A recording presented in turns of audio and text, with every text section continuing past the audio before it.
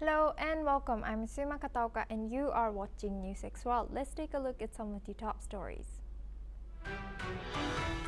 Israel's Strategic Affairs Minister Ron Dermer heads to Washington for talks on Gaza and Iran ahead of Prime Minister Netanyahu's July 7th meeting with the US President Donald Trump.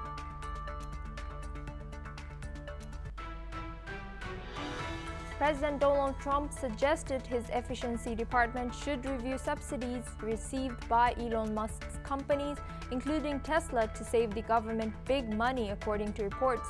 The remarks follow Musk's sharp criticism of Trump's $3.3 trillion tax cut bill and his call for a new political party.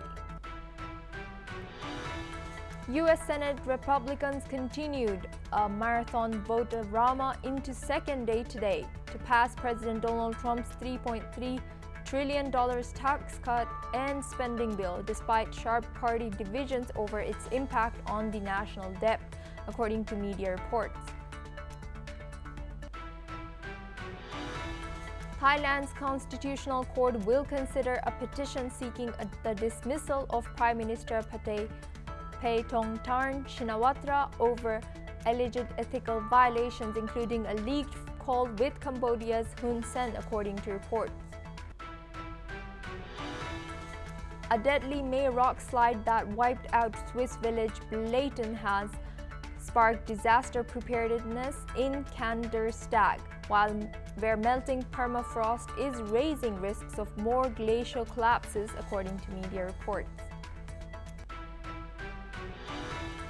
North Korean leader Kim Jong-un was seen honoring flag-draped coffins of soldiers killed while supporting Russia in its war against Ukraine, according to South Korea's defense ministry. This revelation further fuels concerns over Pyongyang's direct involvement in the conflict. Google has warned EU regulators that the Digital Markets Act is stifling innovation, urging clearer guidance as it faces charges of favoring its own services and potential fines of up to 10% of global revenue, according to media reports. Tropical storm Flossie has strengthened into a hurricane late Monday off Mexico's southwest coast, with winds reaching 120 kilometers per hour, according to the U.S. National Hurricane Center.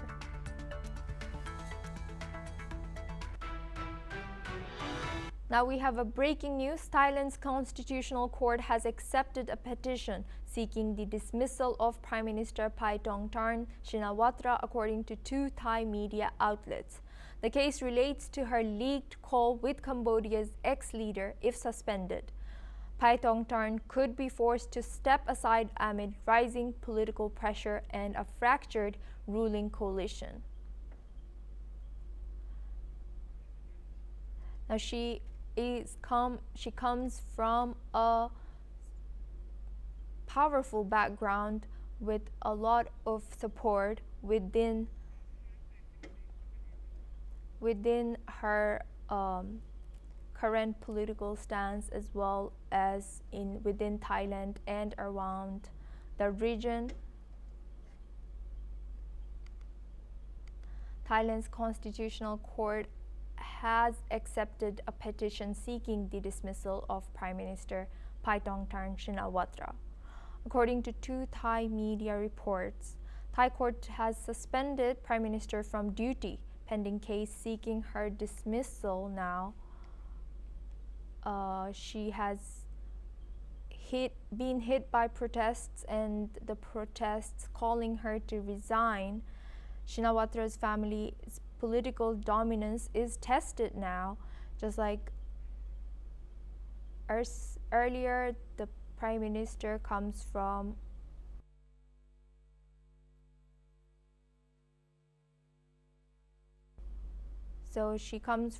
a powerful background, and now Deputy Prime Minister is set to take over as caretaker premier. As of now, her influential father, Thaksin, is facing legal cases in two courts as well. Now this case brings her father's case also in the light. Now Thailand's constitutional court has suspended Prime Minister Shinawatra from duty pending a case seeking her dismissal, adding to mounting pressure on a government under fire on multiple fronts.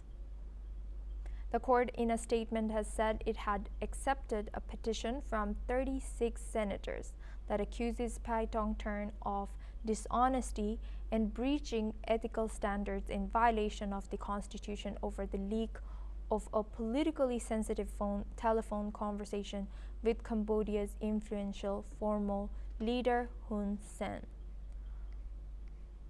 The government is expected to be led by a deputy prime minister for now as a caretaker capacity while the court decides the case against Paitongtarn, who will remain in the cabinet as the new culture minister following a reshuffle.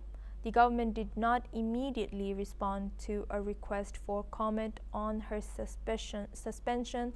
As of now, we don't have any comments from the government, and looking back at the leaked phone call with the veteran Cambodian politician triggered domestic outrage in Thailand and has left Paitongtarn's coalition with a razor-thin majority, with a key party abandoning the alliance and expected to soon seek a no-confidence vote in parliament as protest groups demand the premier resigns. This has been the bigger protest she has seen ever since she got in this position since 2023. During June 15th call that was leaked intended to diffuse escalating border tensions with Cambodia, Paitongtarn, who is 38 now, kowtowed before Hun Sen and criticized a Thai army commander, a red line in a country where the military has significant clout. She has apologized ever since then and said her remarks were negotiating tactic.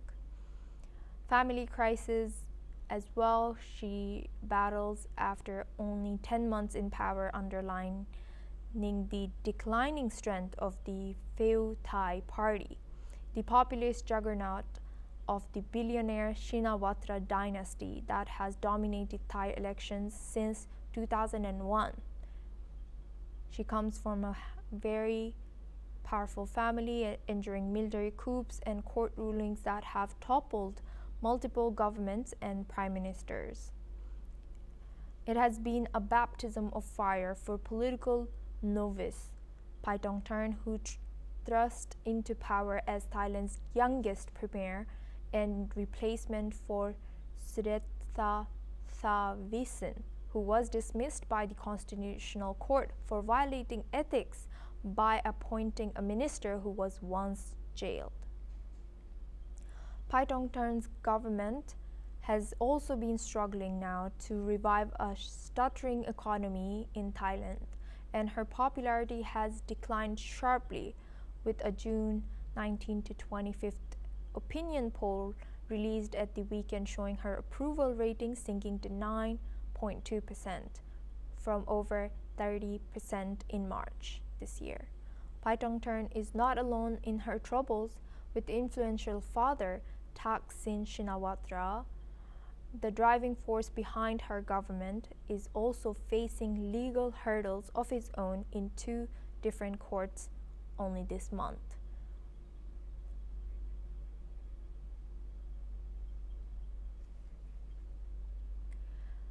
In the latest developments, Thailand's top court has accepted a petition seeking the dismissal of Prime Minister Paitongtarn Shinawatra over a leaked call with Cambodia's former leader. The ruling could lead to her suspension as political pressure mounts and cracks deepen within the ruling coalition. The case signals further instability for the embattled government. They're accusing her of dishonesty and violating ethical standards over a leaked phone call with former Cambodian leader Hun Sen that criticized a senior Thai army commander. In a country where the military holds significant political power, such a move is considered serious red line. Paitongtarn's Thailand's youngest ever prime minister, has apologized, claiming her remarks were part of a negotiation strategy amid escalating border tensions. But the damage has been done. Her coalition now faces a fragile majority after a key party walked out, and a no-confidence vote is expected to take place soon. Only 10 months into the job, Paetongtarn's approval ratings have plunged from over 30% in March to just 9% in a new poll. Her troubles come as her father, former Prime Minister Thaksin Shinawatra, faces charges of insulting the monarchy.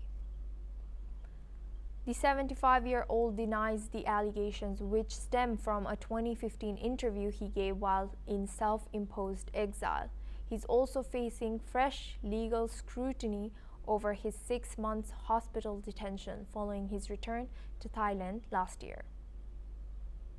As both father and daughter face critical legal challenges, the Shinawatra dynasty, which has dominated Thai politics for 2 decades, now stands on shaky ground. Now we move on to our next story. More than 40 people have been killed in an Israeli airstrike that hit a crowded cafe near Gaza City's port. According to the director of the territory's largest hospital, Dr. Muhammad Abu Silmiya of Al-Shifa Hospital confirmed late Monday that at least 41 people have died and 71 others suffered injuries in the strike. The Israeli Defense Forces said they targeted Hamas operatives in northern Gaza and claimed they took measures to avoid civilian casualties, adding that the incident is under review. The strike destroyed the Al-Baqa Café, a popular spot for students, journalists, and remote workers who relied on its internet access near the Mediterranean coast. Silmiya said most of the dead were women, children, and students. He added that his hospital is overwhelmed with no ICU beds or enough anesthetics to treat the wounded. He said many victims are now being treated on the floor due to lack of space. Among the dead, freelance journalist Ismail Abu Hattab. According to Gaza's Hamas-controlled media office, his death brings number of journalists killed since October 2023 to 228 people.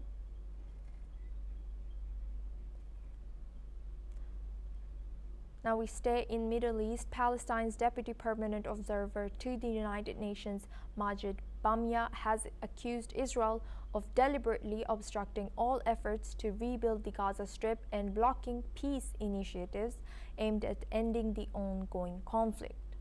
Speaking at a UN Security Council session on the Middle East, Bamya said Israel is undermining all efforts on the restoration of the Gaza Strip, and there is no justification to what it is doing in Gaza. Bamya added that international solidarity with Palestinians has not stopped the violence, and Israel continues to systematically destroy Gaza while restricting critical humanitarian supplies. The remarks come as hostilities resumed in Gaza on March 18th after a fragile ceasefire broke down. Since then, Israel has launched a series of airstrikes on Hamas targets, reigniting the conflict that had paused since January. Efforts led by Qatar, Egypt, and the United States to broker a new agreement have so far failed. However, Qatari Prime Minister and Foreign Minister Sheikh Mohammed bin Abdulrahman Al Thani said on June 24 that indirect talks between Hamas and Israel are expected to resume in the coming days.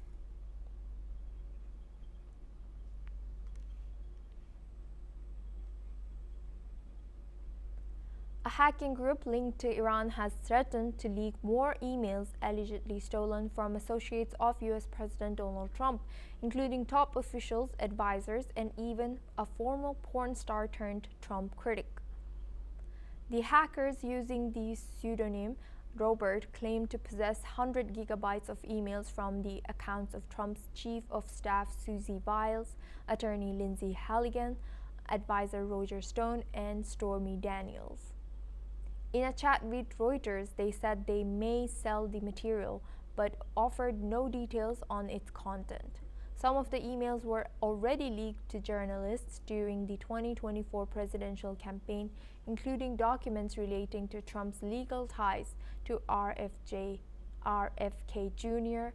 and campaign strategy discussions. U.S. officials have slammed the breach. Attorney General Pam Bondi called it unconscionable, while the FBI said anyone involved would be prosecuted to the full extent of the law. The cybersecurity agency CISA dismissed it as digital propaganda meant to smear the president. Iran has not commented, but the U.S. Justice Department previously indicted Iran's Revolutionary Guard in connection to the hacks. After Trump's election win, the group initially claimed to be retired, but re-emerged after the recent Iran-Israel air war and U.S. strikes on Iran's nuclear sites. Experts say this could be part of Tehran's effort to retaliate without triggering direct military conflict. Now we move on to Asia. China's state-owned broadcaster has released footage of what appears to be a new type of graphite bomb, a non-lethal weapon intended to disable power grids by short-circuiting electrical systems using carbon filaments. The video, shared by Thursday by a social media account linked to China Central Television, shows an animated simulation of the weapon being launched from a ground vehicle.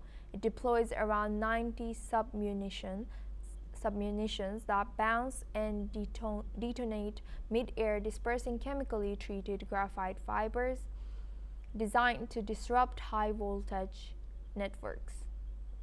According to CCTV, the weapon, described only as a mysterious type of domestically made missile, it could affect areas as large as 10,000 square meters. It is reported to have a range of 290 kilometers and a warhead weight of 490 kilograms. The footage cited China Aerospace Science and Technology Corporation, a defense contractor under the Ministry of National Defense. The weapon's characteristics closely monitor graphite bombs used previously by the U.S. in conflicts such as the Gulf War and Kosovo, where they knocked out large portions of electrical grids without physically destroying infrastructure. Military analysts quickly speculated that such a weapon could be aimed at disrupting Taiwan's energy infrastructure, though there has been no official comment confirming its intended target or deployment. China has not confirmed whether the newly shown weapon has entered active service.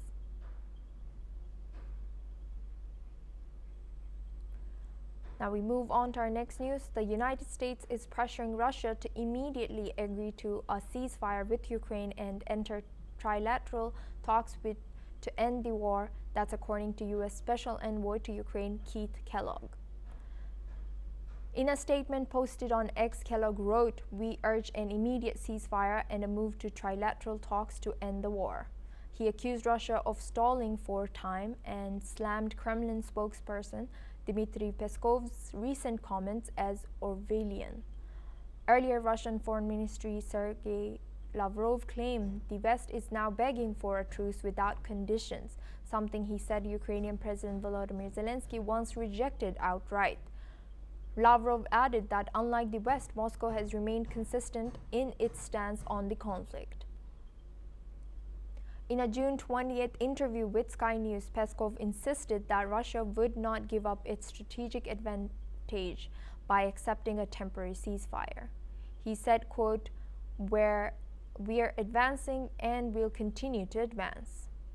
Moscow has repeatedly said it will only stop firing if Ukraine halts foreign ministry and military, and warning that any pause would simply let Kyiv regroup and rearm. Now we move on to Asia. In a rare and symbolic gesture, North Korean leader Kim Jong-un has publicly acknowledged the deaths of his soldiers in Russia's war against Ukraine, paying tribute during a commemorative event in Pyongyang. Photographs displayed at a gala performance on Sunday showed Kim resting his hands on the coffins of fallen North Korean soldiers draped in national flags. The images marked a solemn moment during a celebration of the first anniversary of the North Korea-Russia military treaty signed by Kim and Russian President Vladimir Putin in June last year. The event, held at the East Pyongyang Grand Theater, featured performances by North Korean and Russian artists along with images that emphasized growing military cooperation between the two countries. Among the visuals was a blood-stained notebook reportedly retrieved from Russia's Kursk region, believed to belong to a fallen North Korean soldier. Messages in the notebook, quoted by South Korea's news agencies, read, "The decisive moment has finally come, and let us bravely fight this sacred battle with the boundless love and trust bestowed upon us by our beloved Supreme Lead Commander," a direct reference to Kim. Kim was joined at the tribute by his sister Kim Yo-jong and Foreign Minister Choi Song-hui, all seen wearing winter attire, indicating that the reparations of the soldiers' remains may have occurred several months ago. The images mark one of the most direct acknowledgements yet of North Korea's active military involvement in the Ukraine conflict, an alliance that has drawn global scrutiny. North Korea has sent a high-level military delegation to Russia as defense ties between the two countries continue to deepen. State media in Pyongyang confirmed that Kim Kun-chol, the president of North Korea's prestigious Kim Il-sung Military University, departed Monday for Moscow. He's headed to the military academy of the General Staff of the Russian Armed Forces, a visit seen as part of ongoing military education exchanges between the two nations. While the purpose of the trip was not specified, it comes amid growing defense cooperation following a mutual security pact signed between Pyongyang and Moscow in June last year. This isn't Kim Kun-chol's first trip to Russia. He last visited in July 2024, weeks after the treaty was inked. His university, named after North Korea's founder, trains the nation's military elite. Leader Kim Jong-un himself is believed to have studied there. Kim Kun-chol is also known on the United States sanctions list, a designation made in December for his role in supporting Russia's war effort in Ukraine. This visit is the latest indication that Pyongyang and Moscow are looking to strengthen military ties despite growing international concern.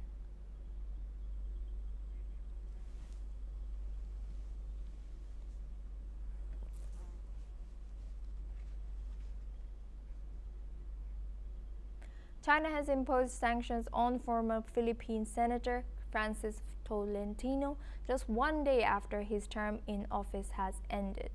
Beijing accused Tolentino of egregious conduct over his stance on the South China Sea dispute. The sanctions ban him from entering mainland China, Hong Kong, and Macau. The move comes after Tolentino, who lost his re-election bid last month, pushed for new laws to define the Philippines' maritime zones, legislation China firmly opposed. China's foreign ministry claimed Filipino politicians had made malicious remarks and moves that harm bilateral ties. In response, Beijing said it remains committed to defending its sovereignty and development interests. But Tolentino hit back. He called the sanctions a badge of honor and insisted no foreign power could deter his fight to defend Philippines' territory. The dispute centers on the resource-rich South China Sea, a strategic waterway through which over $3 trillion in trade passes annually. China's expansive claims in the region have long been challenged by neighbors including the Philippines, Malaysia, Vietnam, and Indonesia. A 2016 international tribunal ruled China's claims had no legal basis, but Beijing has repeatedly rejected that verdict. As tensions simmer, this latest diplomatic clash adds to the growing frictions between Manila and Beijing.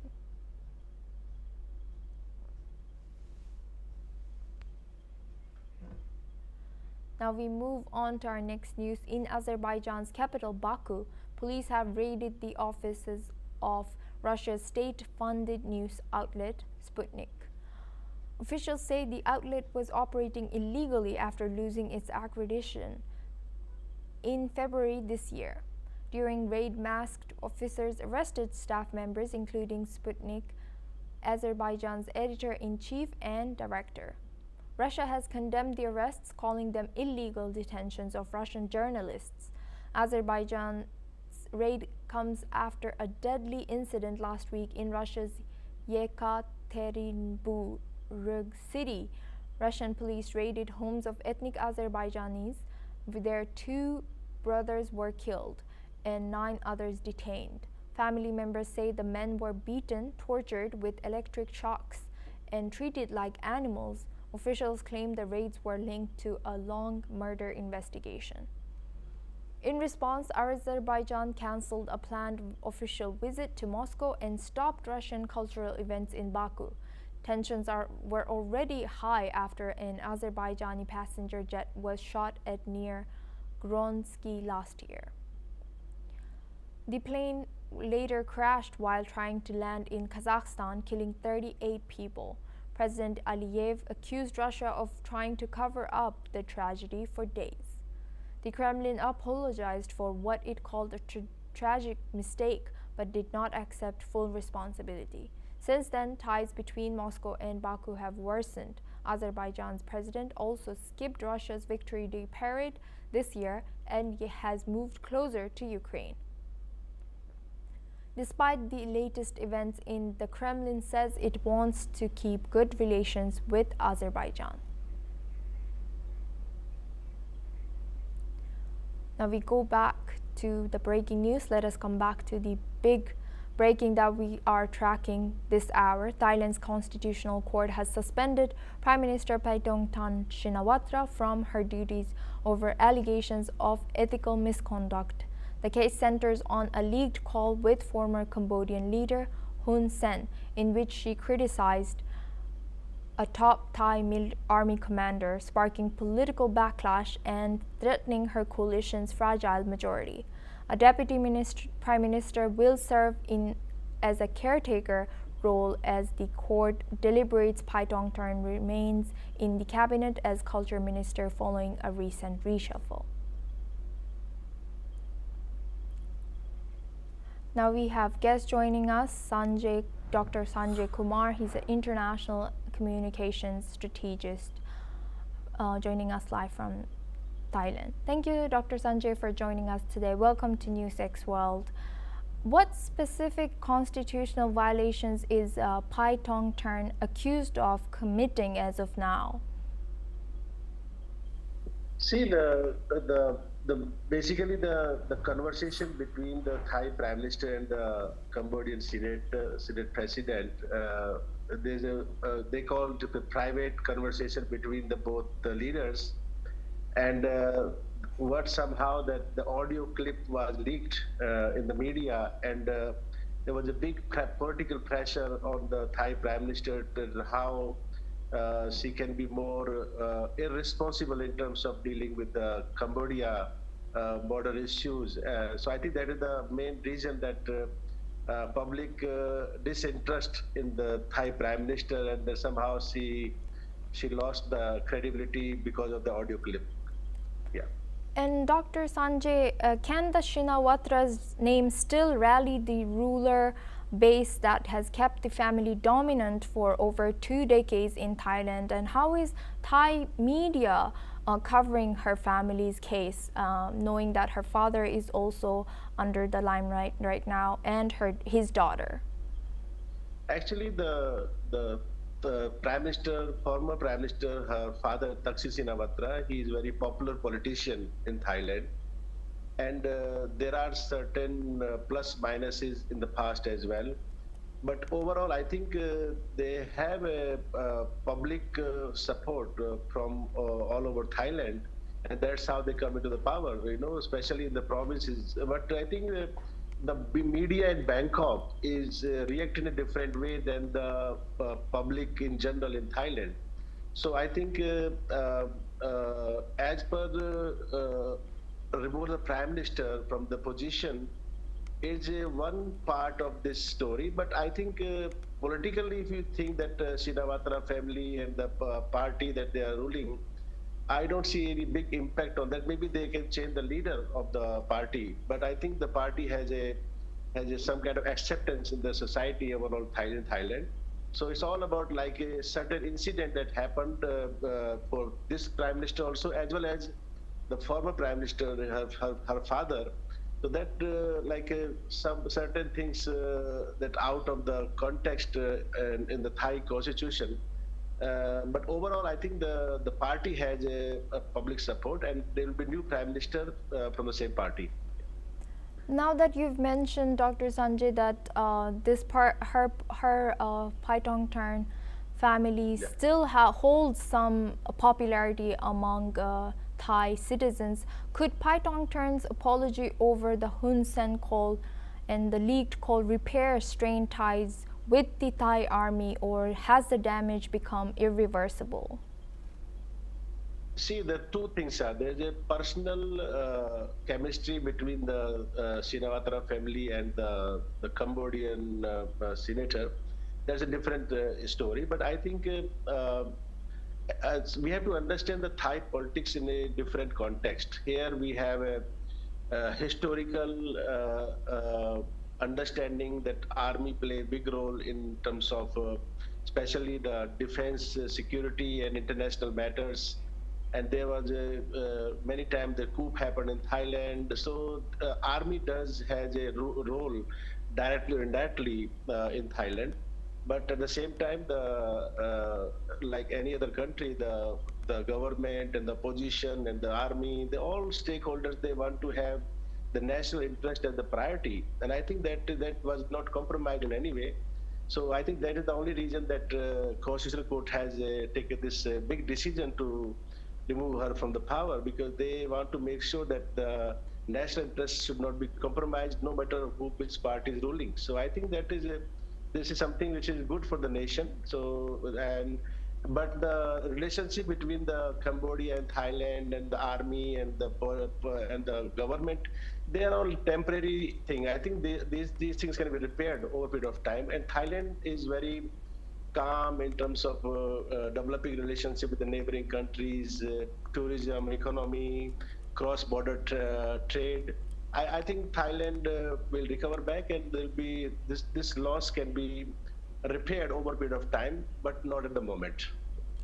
And since you say that it can be recovered, is there any comments by military about this, Thai military about this? Did they respond in any way to her comments about the army commander during the leaked phone call? No, they actually, as I said, Thai army, they are very smart, capable, careful in making any public comments like that. But I think they understand the issue, and they will find the way to resolve this issue, either politically or through the military intervention. I think they know what to do in the coming months. So I don't see any big challenge over here. But yes, political parties, opposition, military, and also the Royal Thai government, they all have to work together to resolve this border conflict with Cambodia and come up with a solution which is acceptable to both parties. And last but not least, how does this suspension affect Thailand's relations with the neighboring Cambodia, and knowing that there's still disputes that are ongoing? Prime Minister Shinawatra, she has approached the French president as well to mediate border dispute. But as I said, that I believe this is a temporary challenge between the both countries, and there are certain economic interest, cultural interest, and tourism interest, and many things are there. And I think the both countries they have been historically with close to each other. And then in the beginning, it looks tough now at the moment, but I think give us some time. I think it will be resolved. Yeah. Thank you very much for joining us, Dr. Sanjay, and sharing your insight all the way from Thailand. Thank you. Thank you so much for contacting me. I appreciate it. Thank you. Thank you. Now we're joined by Joshua Barnes, our correspondent at NewsX World, for this ongoing issue. Joshua, what more can you tell us about the situation in Thailand and that is just unfolding as now? Well, yes, absolutely, Asuma. This decision from the Constitutional Court in Thailand is not just going to send ripples across Thailand itself, but also the wider region. Thailand, of course, situated in Southeast Asia, bordering Myanmar, but also with wider regional tensions. Instability in Thailand could add to further instability that we have seen. Now, the Constitutional Court's decision here to accept a petition by 36 Thai senators has put the government into disarray. This suspension of Paetongtarn Shinawatra, of course, a member of a family which has ruled for around 15 years over a 2-decade spell. Now, an extremely powerful and rich family within Thailand, the Shinawatra juggernaut billionaire family, have held off many challenges along their reign. Taskin, the father, ruled in 2 separate periods, staving off military coups, staving off political unrest. But this is the moment where their family is facing severe uncertainty at a time where the situation, of course, is difficult. I want to bring it back if you are just joining us here. This all, of course, stems from a conflict that was seen along the border with Thailand and Myanmar, a conversation that had been leaked with Paetongtarn Shinawatra and a Cambodian official discrediting and almost negatively speaking about a senior Thai army official. Now, the army in Thailand, like in many countries, have a lot of power, and this was seen as a big move. Now Paetongtarn said that this was in fact a ploy and a negotiating tactic, but it has seen public outrage and government outrage as well. Now, the next steps are pretty simple. A suspended prime minister will mean she will not have any power over the country. We expect that a caretaker prime minister will be put in place, potentially the deputy, while Paetongtarn's fate is decided. And then from there, if the court ruling is upheld, an election will be the next step. But of course, a serious military powerhouse in Thailand, there could be potential for further unsettlement and further uncertainty in a country that in the last 2 decades has faced that on a regular occurrence. So it's one that we will be keeping an eye on, and of course bringing you all of those updates from the Constitutional Court ruling and the next steps as Paetongtarn Shinawatra looks to clear her name in the face of adversity.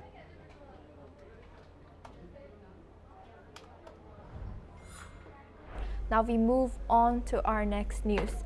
UK Prime Minister Sir Keir Starmer is continuing to face a rebellion from within his own party ahead of a crucial Commons vote on welfare reforms later tonight.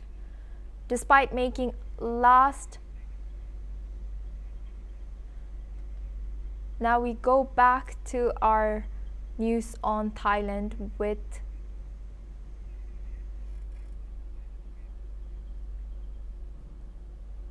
Now we are joined back by Joshua Barnes. He's a correspondent in NewsX World.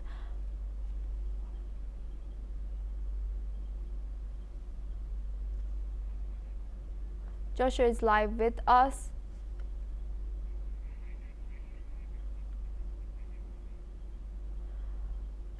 Joshua, what more can you tell us about the Thailand situation and what can happen with maybe its surrounding regions and border disputes? Well, let's have a look at the next steps, but first I do want to look at the most recent sort of year in Thailand. I'll explain the situation and how we got to this point, but let's look at Paetongtarn Shinawatra herself. Now, she has been in power for only 10 months. Her popularity ratings have dropped below 10% after the recent actions and protests that we have spoken about just a few moments ago. She is part of the Pheu party, of course, that one that her father was a leader of Thailand, and an extremely influential man given his riches within the nation. But the Populist Party has been facing difficulties, and this is something that Paetongtarn has had to face in her short-lived time as Prime Minister, now culminating in this position. She was thrust into power as the youngest Thai Premier ever, and she was facing difficulty from the start, given the length of time that this party have been in power. Calls for a change in regime, and of course the situation that she's currently looking at. An opinion poll, as I mentioned, she's on around 9.2% in terms of approval rating. This down from 31% in March. So that shows you how sharp a decline there has been. But the shockwaves are not just with her. Also, Thaksin Shinawatra, her father, is also facing difficulty. He's been facing 2 different courts at the moment, facing different charges that he is going through. The situation for the Shinawatra family has been precarious in the past. I mentioned a few minutes ago military coups and other calls and protests for action and a change of power. Joshua, thank you for sharing that insight. We are also joined on this story with our guest Raju B Manwani, his spokesperson and VP VHP of Thailand, former director, India Thai Chamber of Commerce, joining us live from Thailand. Thank you for joining us today. Welcome to NewsX World, Raju B Manwani. Could this situation of maybe a no confidence vote bring down the current coalition government? Will it change so much, or what will it change in the situation given in Thailand today? Yeah, well, thank you for having me here. The thing is, Thailand politics basically relies on coalition governments. We have, I don't think in my 40 years here, I have seen any government which has been a sole party government. So at the moment, it's quite splintered. The current government, after the main party has walked out about a couple of weeks ago, is now down to a very slim majority. It's at 356, where they require 350 for the halfway stage. And after following the 15th of June leaked conversation with the Cambodian president, the current government is not ready, in my opinion at least, to go to the polls at this time. So they'd want to take it easy, but this would be a good enough strategy if the opposition pulls for no confidence motion. But whether that will pass or not, that will be seen. But the demonstrations in Bangkok a couple of days ago was huge, and I would say I think the estimated numbers are in tens of thousands, and all the roads were blocked. It was a huge demonstration, and of course the party itself is not very popular in Bangkok. It's more of a regional, very strong in the heartland of Thailand. So Bangkok would definitely sum up the numbers in any such protest. And Raju, now that you say that the protests were taking place in streets, and now we know that the current Prime Minister Shinawatra name is, her family name is in kind of maybe danger, as her father is also under the limelight now and going with 2 cases in the court, and now herself now. Do you think that this family name and family reputation, and will they be able to withhold this the current and go through this current situation? How will they come out of this current situation, this family? Well, this family has been, I would say, very resilient. The father, Mr. Thaksin, was ousted in a coup, and he was in exile for many years. Then his sister, Prime Minister Yingluck, was ousted in a coup, I think in 2014 or 16. So, but they have always bounced back because they have a lot of popularity, like I said, in the heartland of Thailand, especially more so in the north. And they have always found a way to bounce back. Now, the unfortunate thing over here that happened was it would be a good thing to say that we had the youngest ever prime minister in Thailand, a 36-year-old.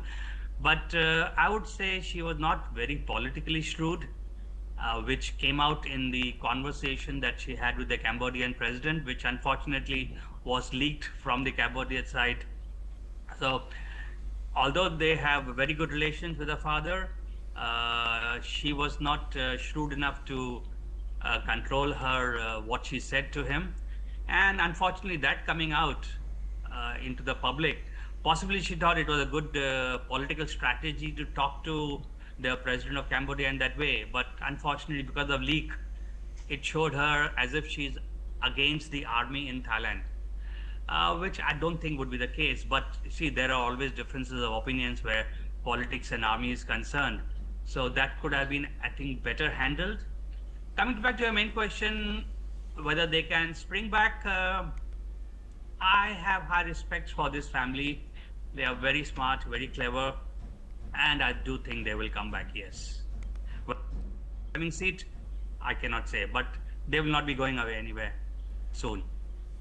And Raju, building on that, how might, and looking at a broader picture, how might this situation involve Cambodia's role in what happened with the leaked phone call and current disputes with Cambodia and Thailand's border? What can we expect from this about the border situation in the region? Border situation, I don't think it was a major situation as such, but these matters have a tendency to flare up once in a while. And it was, I think, at this time, after a long time, that the Cambodia insisted that they wanted to take it to the UN and other world forums, which again led to this situation. Now, some people were saying this could have led to a skirmish on the border, but that is highly unlikely because both Cambodia and Thailand are part of ASEAN. And I'm sure a compromise would have been come to, and an agreement, rather than a compromise, an agreement could have come into place very soon. I see. Sorry, go ahead. Raju, you will stay with us as we have another breaking news. Thai Prime Minister Paetongtarn Shinawatra has accepted the Constitutional Court's decision to suspend her from office amid an ethics investigation tied to a leaked phone call. With Cambodia's former leader speaking in Bangkok, she said she respects the ruling and reaffirmed her commitment to serving the country. China, responding cautiously, called it Thailand's internal affair but voiced hope for continued stability and development in the region. Now we are going back to our guest on this discussion with Raju B Manwani. Thank you, Raju, for staying with us. What's your reaction about the statement that has just been issued, the breaking news that I just took? Well, that was to be expected. You see, the popularity of the Prime Minister has fallen to single digits now, and any sort of clash or any public statement against the Constitutional Court would not have fallen very well with the people of Thailand. And I'm expecting that the Deputy Prime Minister, Surya, who's from the same party, is likely to be elected as a prime minister in a place. However, due to a shuffle that was announced yesterday, the ousted prime minister is now the minister of culture. So she would be having a place in the government and in the cabinet.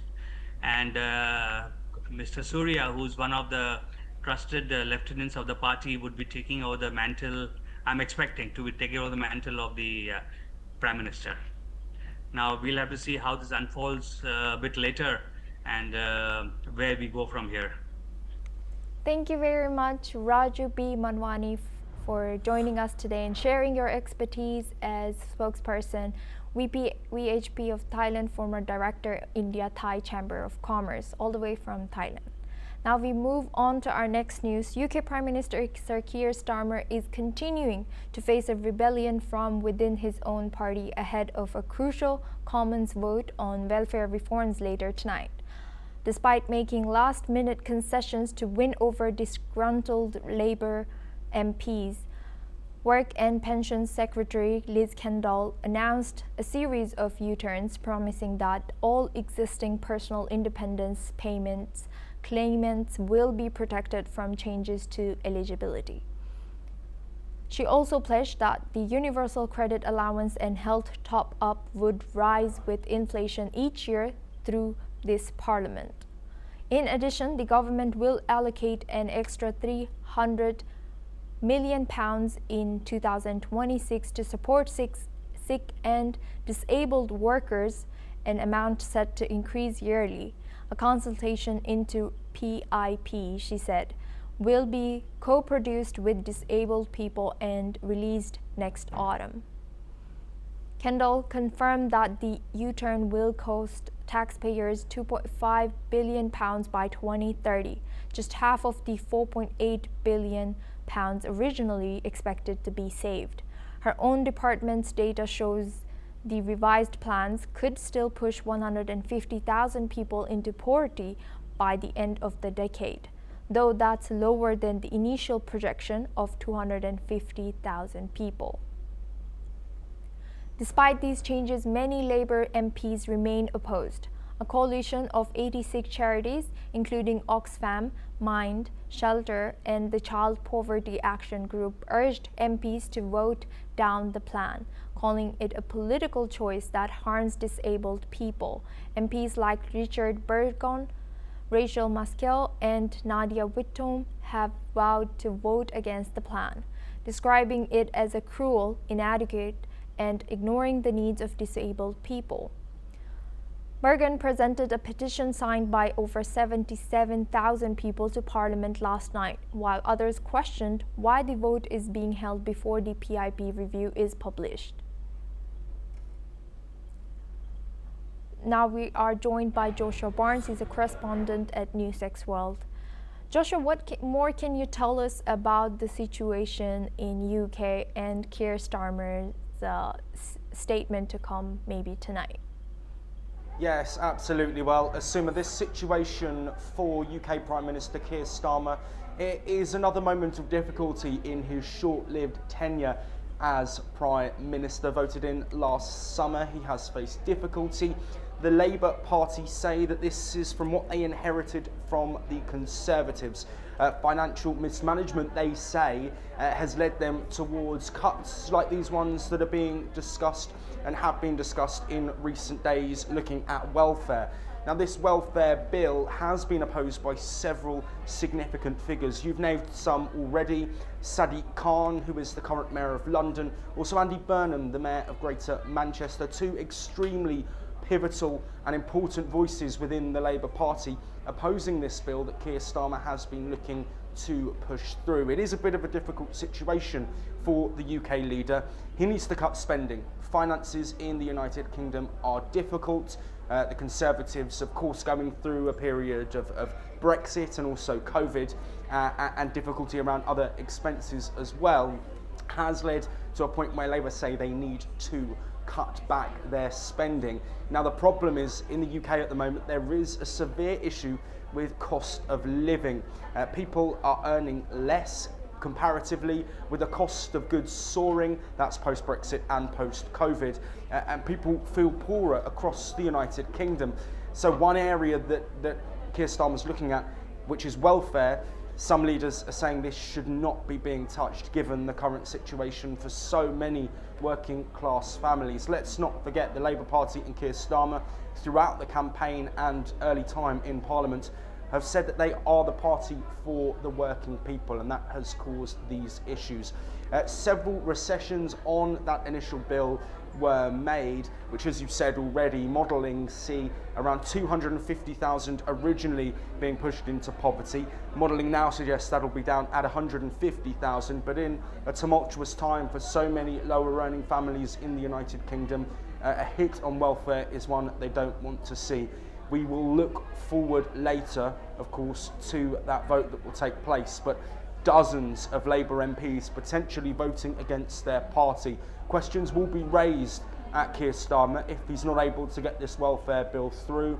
He rather convincingly won the last election, but the rise of parties like Reform and also the Liberal Democrats are potentially threatening Keir Starmer, and if he's defeated from within his own party on a bill he's already made concessions on, that's not a sign of strength for somebody who's been pushing reform. Thank you very much, Joshua Barnes, for joining us and sharing that insight. Well, that's all we have time for. We will continue to bring more news updates from around the world.